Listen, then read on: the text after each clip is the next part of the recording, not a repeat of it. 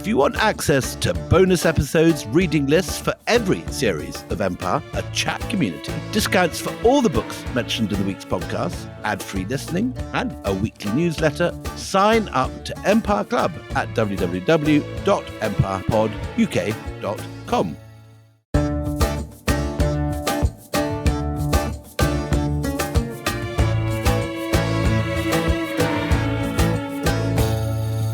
Hello and welcome to Empire with me, Anita Arnon. And me, William Dalrymple. Now you are still in the Scottish series, not the Scottish play, but it's the Scottish series that we've been doing here on the Empire podcast.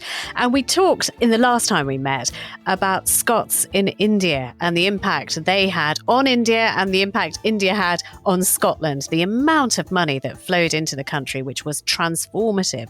We're going to talk about the relationship between Scots and Africa in this podcast, The Continent. And actually, there's a really interesting story about the earliest Scot to visit that continent. John Henderson was his name, William. You love this story. Tell us this story. I love this story, and it frames everything that's followed. The rest of this story will be rather less edifying tales of Scots involved in slavery and colonialization. But it's probably worth just putting this right at the beginning, just for a wee bit of context, because Sir John Henderson, the fifth Laird of Fordle, in Fife, I think, was the first Scot we know who visited India. And I remember 20 years ago when I was sent to write a travel article on Zanzibar, visiting the Scottish National Gallery, and James Holloway, who was then the keeper, took me down to the basement, and they have all their portraits that are not on show on these sort of runners. And he pulled out this rack of old 17th century portraits.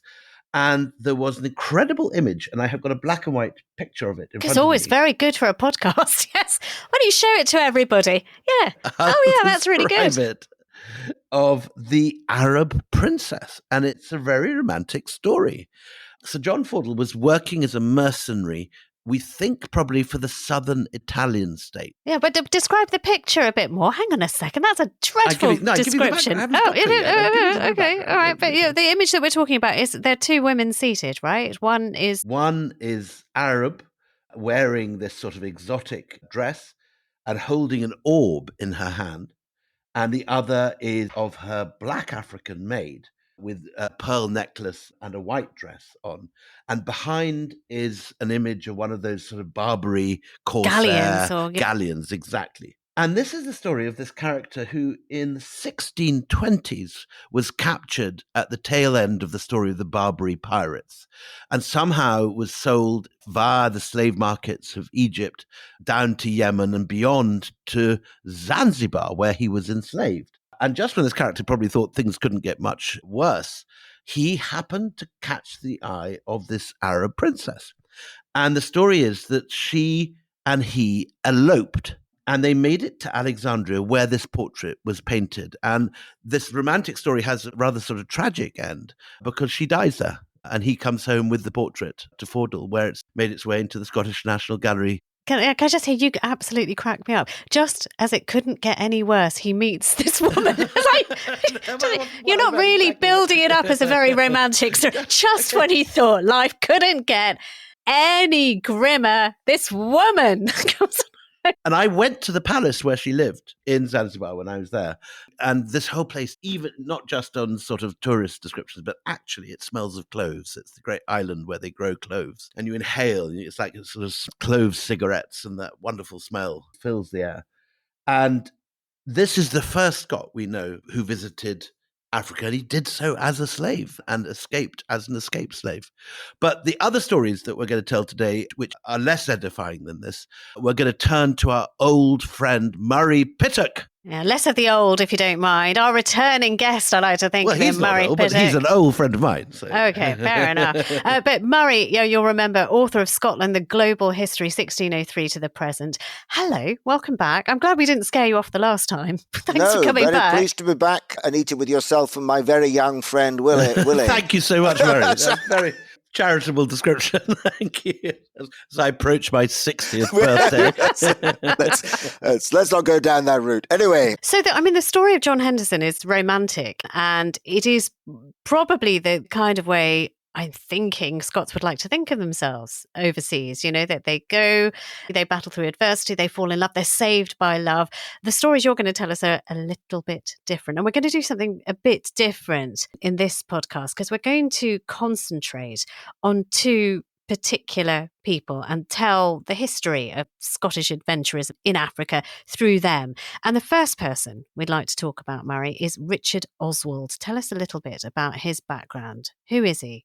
Richard Oswald is the son of the minister of Dunnet in Caithness. Which is about as far as possible you can go away from anywhere in the Scottish mainland, isn't it? It is. He and also the other major partner in the company that he jointly founded, Alexander Grant, could be what would be usually described as Highlanders. But one of the things they tell us, their career tells us, and Oswald's career tells us, is that the north of Scotland, the remote parts of Scotland, are just as involved in the imperial story as any other part of Scotland. And that was later to be seen with Jardine Matheson in the 19th century. So Oswald is born in 1705. When he reaches 20 years old, he is actually apprenticed quite late to his cousins.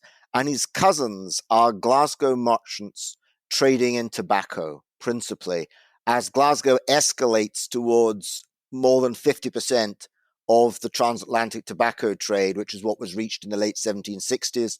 This is much earlier, but still tobacco is a major part of Glasgow's business. And of course, tobacco depends on the Caribbean and the Chesapeake and depends on enslaved labor. Murray, give us just a general overview at this point of how involved or not Scotland and specifically Glasgow is in the slave trade at this point. So Glasgow, in common with other ports in Scotland, did not trade enslaved persons directly. So there are very few people who are enslaved who leave from Scottish ports. What tended to happen was that they had extensive business dealings in the Caribbean and the Chesapeake linked to enslaved persons round trade in tobacco and sugar. And this pattern continued into a more moral era with the Royal Mail Steam Packet Company, with Cunard and with P&O. They tended to hold large, if not controlling interests in shipping consortia which moved enslaved people. When you mentioned that he was the son of this Richard Oswald character that we're talking about, was the son of a Presbyterian minister in Caithness, in this very remote place. And Presbyterianism, for those who may not be familiar, is a denomination of the Protestant faith. How does the religion play in his life? How big a role does it play? There's not very much evidence that Richard Oswald was a particularly religious man, but he conformed, at least in his earlier years, to religiosity, and he did carry out what he thought to be his Christian duty by those he traded in. But remember that for the Scottish Presbyterian, there are parts of the Bible which are particularly important, one of which comes in Proverbs. Blessed is the man who is diligent in his business, he shall stand before kings. That's a very impressive quotation to produce out of the air. Are you a son of the manse, Murray? He didn't look down at anything.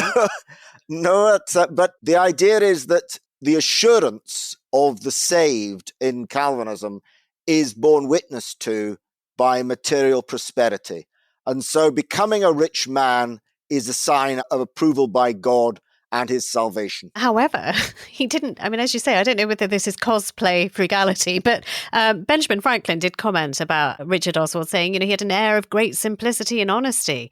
He was, frugal. He was hardworking. He dressed simply. So, was this all sort of a facade because the business and the money and the ka-ching was actually the thing that mattered? He was, as Franklin put it, also a truly good man in the eyes of the world, and he regarded the external modesty of his demeanor as a sign of his humility before God, effectively. And how did people at this period see slavery?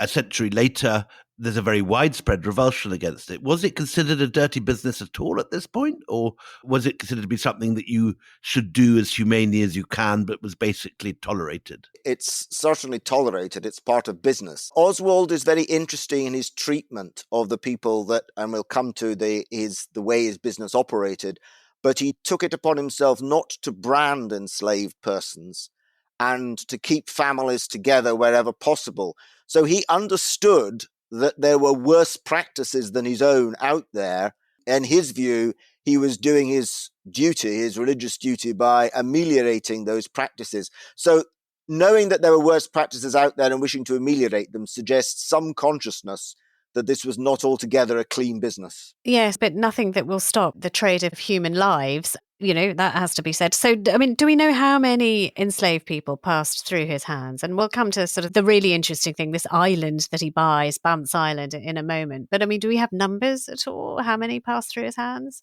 13,000 is the number who directly traded from Bance Island. Right. And let's talk about Bance Island. He needs a staging post for his trade. Tell us where it is and what it is. So just to take it from his work in his cousin's business, he does a lot of work as a factor in the Caribbean, and there he comes across the trade. He thinks that he can make a more efficient business and drive tighter margins. And he takes over an island. Slaving islands were quite common then, not directly from the Royal Africa Company. The Royal Africa Company had given it up because they thought that they couldn't make any money out of it. And he acquired it from the guy who bought it off them, who also thought he couldn't make any money out of it, and then proceeded to do exactly that, to make money out of it. He set up a fort on Bance Island. Bance Island is in the Sierra Leone River, 25 kilometers into the river, still at a relatively wide point within reach of shore. Its total area is 6 hectares. So we're talking a really small island. Enslaved people were brought in return for European and luxury goods from West Africa, from Dahomey, modern-day Benin, and were exchanged by the native rulers, as was again typical in stations at the time, for the goods, and were held in the fort. But Oswald also built a golf course. On the island? On the island. What date is this? This is in the early 1750s. Early days of golf? Yeah. So the rules of golf had been set in 1744 by the Honourable Company of Golfers in Edinburgh, and Oswald was clearly an early adopter of the modern game. But the thing was, a Swedish merchant who visited recalled seeing black men dressed in tartan acting as caddies on this golf course, who obviously kept his staff while he played his rounds of golf after he'd finished his trading for the day. As if it wasn't bad enough being on Bance Island, the slaving island, having to wear tartan in the Sierra Leone heat must have been quite a... I don't think it was a great plaid, to be fair, but anyway, there he is performing Scottishness while indulging in human trafficking. And it is specifically a Scottish company with the Scottish-owned island in the middle of this slave-trading river. It is, effectively. So his major partner is Alexander Grant, and the company is Grant, Oswald and Co. Alexander Grant is a Murray man. He is cousin to William Grant of Rothiemurchus, who actually starts in the 1780s, the export of tartan to Africa. So there's a connection there. 1780s? This is presumably at a time when you're not allowed to wear tartan in Scotland. You are allowed to wear it in Sierra Leone. It just became legal again in 1782. So actually a full-scale export business started to Africa by the mid-1780s. But what was the climate like on Bance Island, the terrain like, and the conditions like on Bance Island? You've got this kind of crackers golf course and tartan, enslaved people. I mean, it all just sounds frankly nuts. But what was it like on the island for people?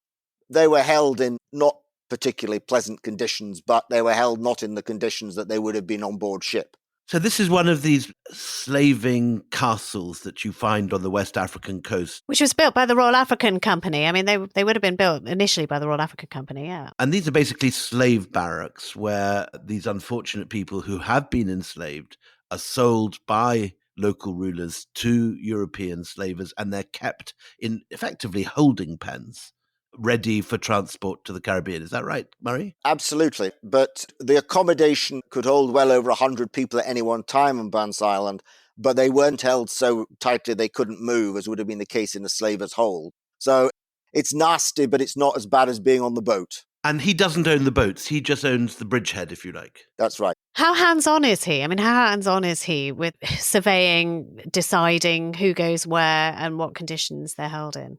So basically, he's not got much interest in their conditions after they leave his hands. He doesn't himself Unlike his partner Grant, I think Grant leaves 672 enslaved persons in his will, but Oswald doesn't actually keep enslaved people except occasionally as caddies. He moves them on. He's not very interested in everybody, he moves them on. Who moves them on to depends a lot on Grant's context, because Grant, unlike Oswald, is a nobleman, and he's friends with Dinwoodie, who's the Lieutenant Governor of Virginia.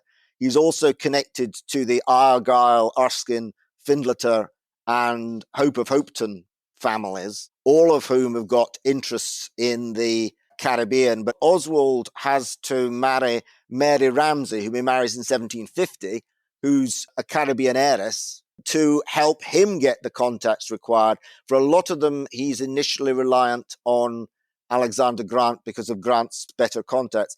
But the point about this is that they're not just running an enslaved persons trading emporium, they are running a global business. So Oswald also gets the supply contract for the British Army in Scotland post-Culloden.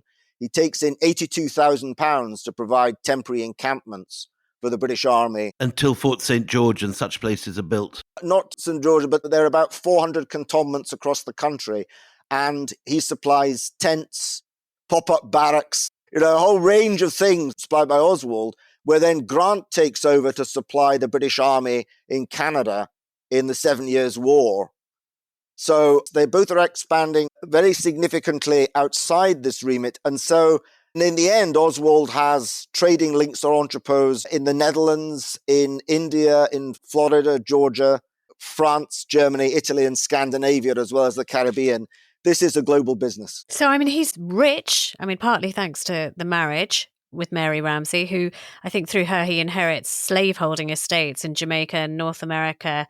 And he's also got the supply of enslaved people. And he's also, the backdrop, as you say, the 7 Years' War, which we should remind people, we have called it, many people call it, the First World War, really, a global clash between Britain and France with multiple allies dragged in on either side. So you've got this sort of hungry maw for, men and encampments. This is a man who's making money, has contacts, and is becoming very powerful. Yes, indeed. His wife's estate is actually administered by a number of Scots who've also got close relations to other families of the Caribbean. So Oswald leverages Grant's network. Grant is that he officially puts up most of the capital in the initial business, but it's Oswald who takes over because he's a much more effective networker than Grant. And beyond slaves, what else is this business trading in all these different countries? It's trading in food, it's trading in army material supplies, it's trading, as I said, pop-up barracks and tents. So the same gig that he's doing in Scotland, providing for the English army and materials for the army of occupation in the Highlands,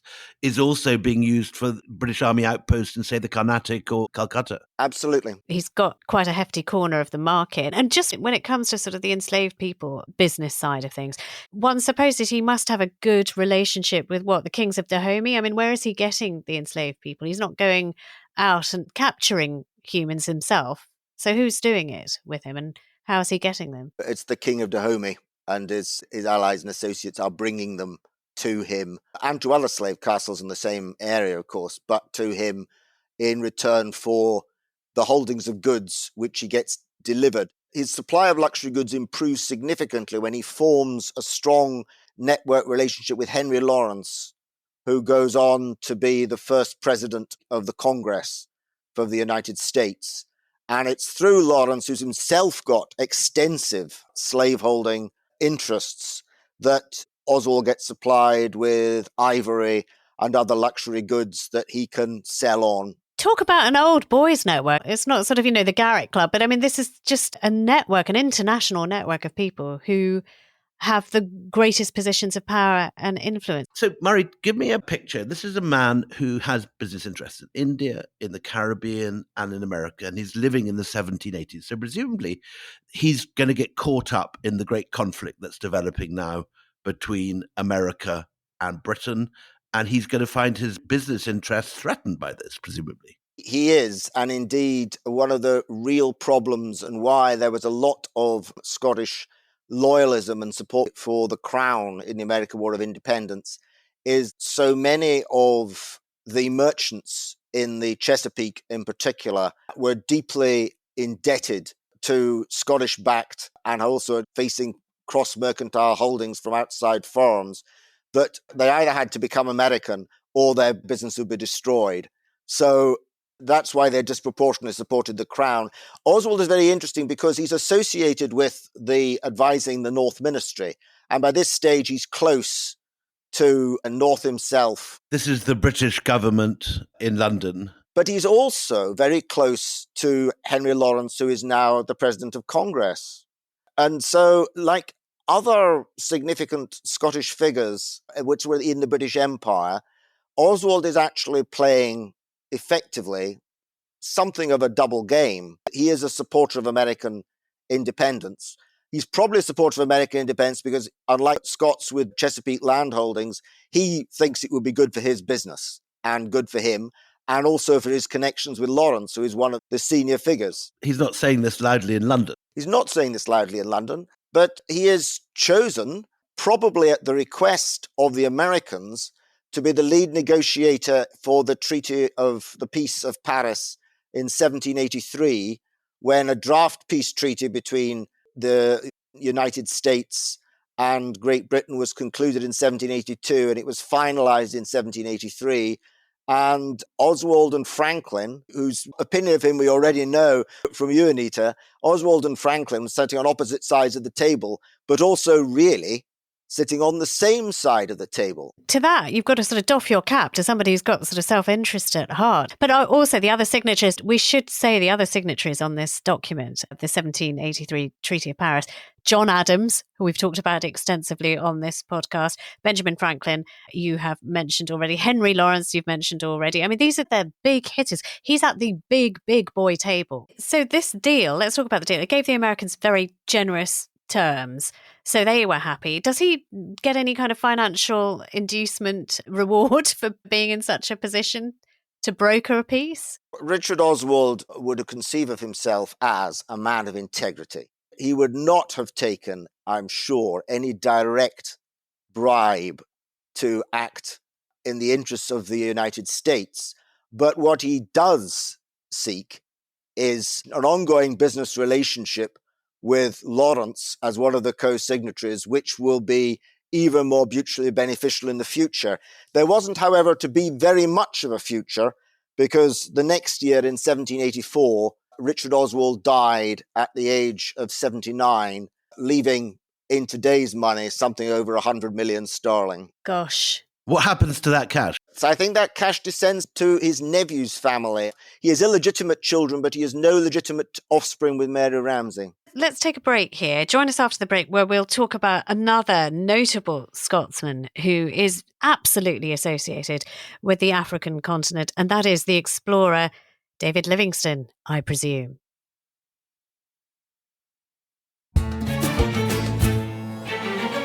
Welcome back. So in the last half, we were talking about a man who enriched himself in the continent of Africa. Let's talk about somebody who made a name, certainly, partly from getting lost in Africa, and that is David Livingstone, the explorer. So, Murray, tell us, where, when, how does his origin story start? So Livingstone is born in relative poverty. His father is an evangelical enthusiast. This is about a generation after Oswald, isn't it? 1813? 1813, he's born, a generation after Oswald dies. So he's forced to work effectively in the nearby mill. That's his life and work. He has to do that from the age of 10 to 26. And he frequently works 12-hour days, because this is before any kind of labor legislation. And after the 12-hour days, as legend would have it, and indeed fact is not far behind, he sits up and learns the classics and teaches himself what he can. And in the end, in the 1830s, he becomes a medical student at Anderson's University, which is the medical school of what later became the University of Strathclyde, but is now the medical school of which went to the University of Glasgow in the 1940s. So he's an alumnus of the University of Strathclyde, effectively. And this is a major leap up from him. He's been the urban poor up to this point. Absolutely. The thing about that higher education experience is it's worthwhile saying that when Anderson's was founded in 1796, it was the first higher education institute to admit women, and women formed a majority of the classes. The point about that was that access an open access to people of modest background was very much part of the ethos. Livingstone benefited from that. Right. I'm sort of interested in the dynamics of his household. Part of his literacy can be credited to his father, who, they may have been poor, but they loved books. Neil Livingstone, his dad, was a Sunday school teacher. He would have books around. I mean, he would encourage them, I guess, to talk about theology, travel, missionary enterprises in particular, tickled his fancy. But then did that not set up any kind of stress between the two when he decided to study medicine, which is a science after all? Sometimes religious people don't take to this newfangled science stuff, do they? I mean, what was it like in the Livingstone household? I'm not sure we got any direct evidence of that, but the thing about it was there was a tradition of Scottish missionaries actually being professionally qualified in some way. And medicine was quite appropriate way. If you can set up an outstation which treats people, then they're going to be more receptive. They didn't fight about it. Okay, but is this just a myth that his dad tried to stop him from reading science books because it thought it might addle his brain? That, I think, at an earlier stage is not a myth, though it doesn't necessarily impact on medicine, because his father was beginning to be concerned, as indeed other fathers were, about the rising tide of things that were being found that seemed inconsistent with the biblical narrative. Oh, you mean like dinosaurs? And the young Livingstone was into fossils, wasn't he? He used to go looking in the quarries for animals in the rocks. And of course, the line that God had put them in the rocks to test our faith in the flood was being only insecurely held in the early 19th century. So there was a good deal of concern about that. But that didn't, I think, spill over into medicine, because medicine is seen as in a slightly different category. And it was always linked to the fact that he was going to be a missionary. He sounds like an immensely serious person. I mean, if you can sort of put yourself at such a young age through that many hours of work and then put yourself through that much study and then do the work that's needed to get into a university to further yourself. What was he like, his personality-wise? Do we have any idea? That's very much the image of him in his photograph, the famous picture of him, and he's sitting at a desk with a big walrus moustache, and he has got a sort of scowl on his face. There's no jokes with David Livingstone. First of all, career analysis for David Livingstone would have ruled out stand-up straight away.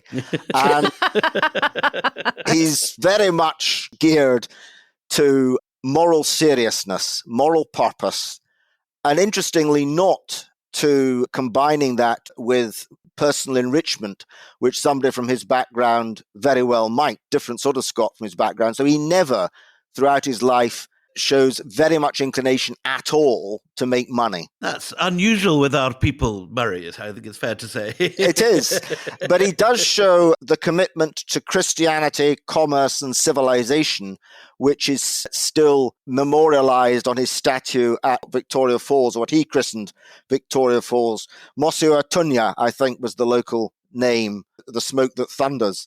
So he wanted to see money being made across the whole continent of Africa, and he wanted to see that this mission developed from his early basic mission station work in the early 1840s, this idea of commercialization linked to movements by rail and by water across Africa, hence a lot of the exploring has followed it, grew on him in the 1850s, because he thought that if we had free trade and commerce available across Africa, it would need to be linked to good transport, but it would also spell the end or put pressure on the both Arab enslavement of black people in the continent and the Arab-led trade and the Portuguese-led trade as well. So, Murray, I mean, it's in Africa that he becomes this explorer. And as you say, it's sort of commerce and Christianity, the two holding hands that lead him. He starts working, doesn't he, at the edge of the Kalahari Desert, but he's got his eye on the interior all the time, doesn't he? His initial station is just at the north of Botswana, and he goes into what is now Zimbabwe, Malawi, Zambia, and elsewhere. He's particularly interested in the navigability of the Zambezi. And while he's sort of, pushing into the interior, doesn't he have a fight with a lion and come off second best? That's quite early days. Yeah, he's attacked by a lion near his station on the 16th of February, I think it is, 1844. And he's only liberated by the lion being shot by his deacon. Heavily armed missionaries. You need it to be. The damage done to his shoulder and upper arm is so great that he can never raise his arm above level for the rest of his life, though the shoulder heals. But it does give him the odd pain, because one of the things is, doctor or not, like many doctors, he was careless of his own health, and he was subject to repeated bouts of illness and contracted malaria at some point, which contributed to killing him in the end. But it's hard to know exactly when he caught malaria. And Murray, there's this idea which is common at the period, not just in Africa, but in other parts of the colonial world, that by bringing commerce, you somehow spread civilization and even Christianity. The ideas are all linked, aren't they? They are indeed linked. I mean, the funny thing, however, about Livingstone's Christianity is that he converted one notable convert who promptly relapsed within 6 months. And he found heavy going against polygamy in particular. There were just too many things to give up straight away. That's the thing about Christianity. So the commerce was perhaps more appealing, even though he wasn't particularly effective there either. Though the interesting thing is to look at some of his companions there, because John Kirk, who was with Livingstone for 4 years in the late 1850s, goes on to be quite influential as vice-consul and consul of Zanzibar, and indeed helps broker the Zanzibar Treaty for the suppression of the slave trade in 1873. So you see Livingstone's indirect influence on people, perhaps more than his direct influence. It's important to say that the internal African trade is very marked at this point. It's only in 1856 that Egypt bans the sale of white people, and 20 years later, the sale of black people in 1876. And of course, many countries in Africa with traditions of Arab slaving, like Mauritania, retain an enslavement culture well into the 20th century, if not beyond. So Livingstone is dealing with a huge set of abuses. There's no two ways about that. So it's moved in the course of this episode from the early Scots who are getting enslaved. Then you have 18th century Scots who are major slavers. Now you have the 19th century Scots trying to end the slave trade for moral reasons. Can we now get to the Dr. Livingstone, I presume, chapter in his life? So he becomes a noted explorer. I mean, 1849 is the first time when he's recognised for finding stuff that nobody's seen before. This is Lake Ngami. Just tell us what that expedition was all about and what plaudits come to him as a result. He's praised for going further than any European before him. He's praised for the discovery of Victoria Falls, which outpoints Niagara. He's praised for his identification wrongly of the River Luanda as confirming the source of the Nile. He's seen as going further than Burton or Speke, but in fact, he was just wrong. By this stage, his prestige is enormously high, and he's got a roving appointment as honorary consul, which effectively he gets through the influence of Sir Roderick Murchison, who is the fellow Scot who is president of the Royal Geographical Society, to whom Livingstone is closely linked. So he's got an assiduous group of people making him important in terms of communications, and it'll also make him important in terms of connections in the home country. But during the Nile exploration, which is much better equipped than he actually wanted it to be. What do you mean it was better equipped than he wanted it to? What, he wanted to rough it? He wanted a simple expedition, but the Royal Geographical Society and others, they insisted. Lots of bearers. And then in the end, he was also given some people who turned out to be slaves, which annoyed him, which Kirk brokered for him via Zanzibar. He gets effectively lost, and reports come out in what is now Malawi of his death in 1867-8. What sort of age is he at this point, Murray? He's 54, 55. Well, so hang on. The rumours of his death, is that before? I mean, from what I gathered, there's nothing heard from him for weeks that turn into months.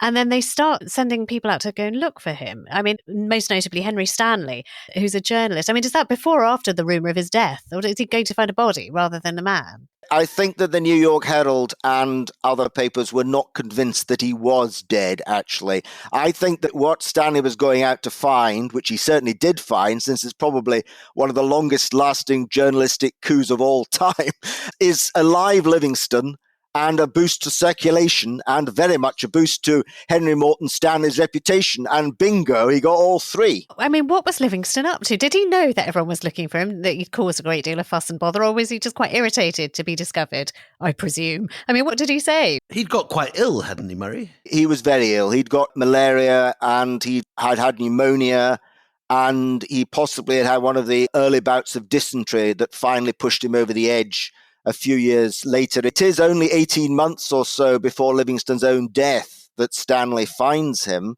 inverted commas. But I think in terms of communications, first of all, let's remember where he was most of this time. It's not altogether easy for Livingstone to, pop into the post office and send a card or a telegram back home. Or text, or an emoji. He's so single-minded, and his single-mindedness is already his wife is more or less abandoned. Already virtually all his children are dysfunctional, and his eldest son has died in a Confederate prison as a volunteer for the Union Army. His single-mindedness is what builds and keeps his reputation. But he was hell to live with. Or indeed, you didn't get to live with him for long because he was off again and you weren't with him. Well, I mean, that is the case even when Stanley finds him. Stanley sort of gives him the medicine he needs, the food, some water, a hug, whatever it is. And then he says, right, okay, I'm feeling better. I'm going again. And he does take off again. He's absolutely driven.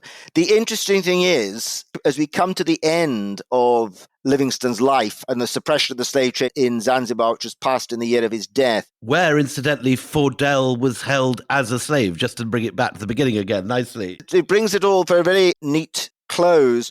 But to remember that today, just as Livingstonia and Blantyre in Malawi survive, and Livingstone in Zambia survived the modern era, then 34 African countries brought out stamps commemorating Livingstone's centenary in 1973, and he was described in very complimentary terms by many iconic African leaders, including being called the first freedom fighter by Kenneth Kaunda. So one of the interesting things about people of the imperial era is that Livingstone's reputation is probably more tarnished by decolonization in the UK than it is in Africa. One of the interesting things is a long-standing connection between the University of Strathclyde and Malawi based on the Livingstone connection. In Africa, Livingstone's reputation still remains strong. And is Blantyre in Malawi named after his hometown deliberately? It is. It's named after his place of birth, yes. Can we draw any kind of line between his explorations and the scramble for Africa that happens later? Because, he's drawing a map, in effect. He may not mean to be drawing a map, but he is. What I don't think he properly realized, he didn't want people to descend as colonists. There's a famous tale of him finding diamonds and then losing them again and not marking the place so that they wouldn't be descended on. But he didn't see that his great goal of ending the trade in enslaved persons in Africa would give many opportunities for European powers to intervene to suppress the trade, but to do so entirely in a way that sustained their own interests for controlling the countries that they entered.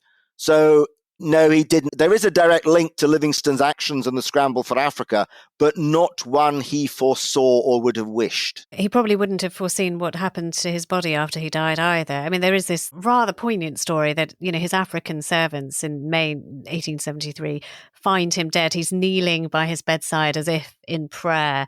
And in order to embalm his body, they remove his heart.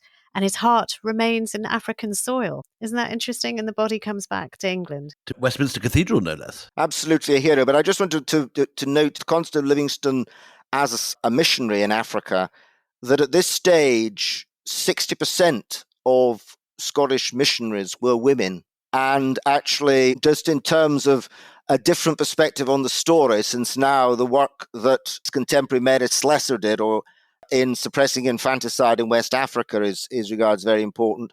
Women were actually far more dominant in the mission field than we now think. So you think missionaries as always male, don't you? That's what the typical missionary is. And yet they weren't, not Scottish missionaries in Africa. So in that sense, he's almost atypical. We're coming to the end of our time together, Murray, but I've just noticed you are riffling away on your desk and there is a glint in your eye. And I what are you up to? What have you found, Murray? What have you found? So I've just been looking up my notes on J. Blake Dalrymple. Murray, we almost got an entire episode without mentioning a Dalrymple. This person filmed the entire length of Africa in 1936, and it's the first ever picture of a locust swarm in action. 3,500 meters of film, an incredibly precious record of the continent. Oh, Murray, thank you. King of the locusts. I had the locust storm attack my farm in India 2 years ago, and we drove them off by playing very loud Maria Callas. Is that right? And banging pots. They went to our neighbour hilarious. Instead of us. Oh, well, it's marvellous. Murray, thank you, kinda. I mean, you've been marvellous apart from the end bit. That is all from us. Till we meet again, it's goodbye from me, Anita Arnon. And goodbye from me, William Locust Dalrymple.